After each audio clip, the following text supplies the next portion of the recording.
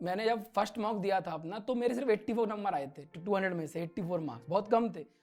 But तो इसलिए tough question के पीछे ज़्यादा मत भागो यार। ठीक है। Without giving sufficient number of mock test maths में अच्छा स्कोर लाना इम्पॉसिबल है, कितना भी आपका मैथ्स अच्छा है।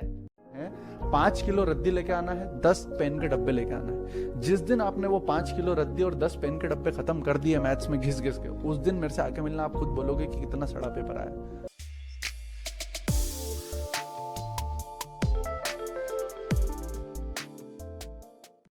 मैंने जब फर्स्ट मॉक दिया था अपना तो मेरे सिर्फ 84 नंबर आए थे 200 में से 84 मार्क्स बहुत कम थे और मैंने अटेम्प्ट भी बहुत कम किए थे। लेकिन उस टाइम मैं घबराया नहीं कि मेरा हो नहीं पाएगा। मैंने खुद से बोला कि अभी ये स्टार्टिंग है, कंटेंट अभी कम आता है मुझे, लेकिन धीरे धीरे इंक्रीज होगा, मार्क्स भी इंक्रीज होंगे। तो आप देखिए 84 मेरा पहला मॉक टेस्ट का स्कोर था।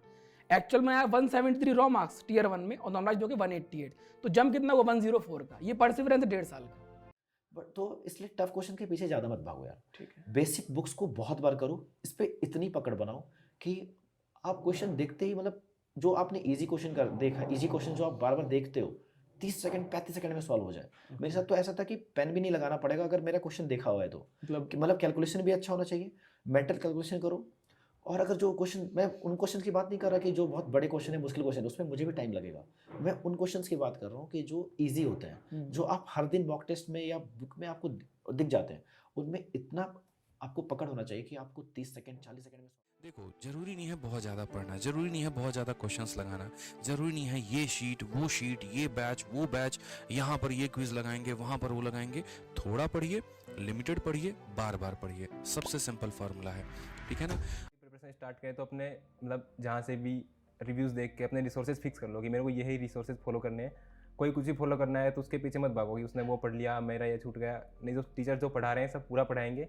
तुम जो भी रिसोर्सेज फॉलो कर रहे हो वही बहुत होंगे ना होंगे। बस खुद पे कॉन्फिडेंस होना चाहिए और अपने रिसोर्सेज पे कॉन्फिडेंस होना चाहिए कि जो मैं फॉलो कर रहा हूँ ये ठीक है।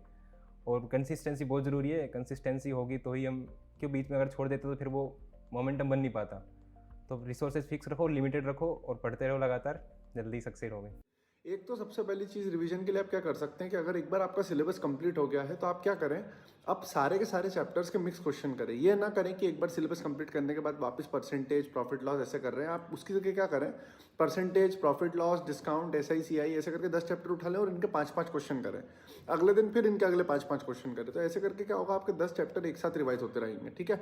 अगर आप आज परसेंटेज कर रहे हैं, कल प्रॉफिट लॉस कर रहे हैं, तो प्रॉफिट लॉस के क्वेश्चन के साथ परसेंटेज भी करें ताकि परसेंटेज आपका रिवाइज होता रहे। इसके लिए भी इंग्लिश, रीजनिंग, जीएस के लिए कोई भी क्वेश्चन आपको अगर टफ लगा, मॉक में आप नहीं कर पाए, उसको प्लीज नोट डाउन करें, नोटबुक बना लें अपनी A4 शीट और रेगुलरली रिवाइज करें उसको। आप लोगों को लगता है मैथ आपको याद नहीं करनी, लेकिन क्वेश्चन आपको रिवाइज करने। क्योंकि क्या क्या होता है कि कोई मान लो नया क्वेश्चन है, वो आपकी बुक में नहीं दिया था, अभी तक आप कर नहीं पा रहे थे, लेकिन आप रेगुलरली रिवाइज करेंगे तो अगर क्वेश्चन दोबारा आएगा तो आप कर लेंगे। और रिपीट भी होता है। अच्छा, रिपीटिशन इस एग्जाम में होता है।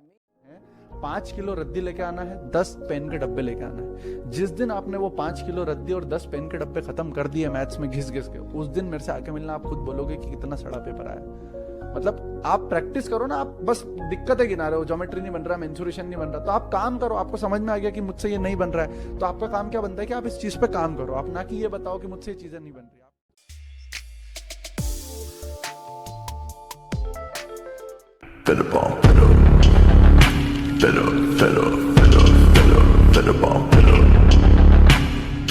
Better.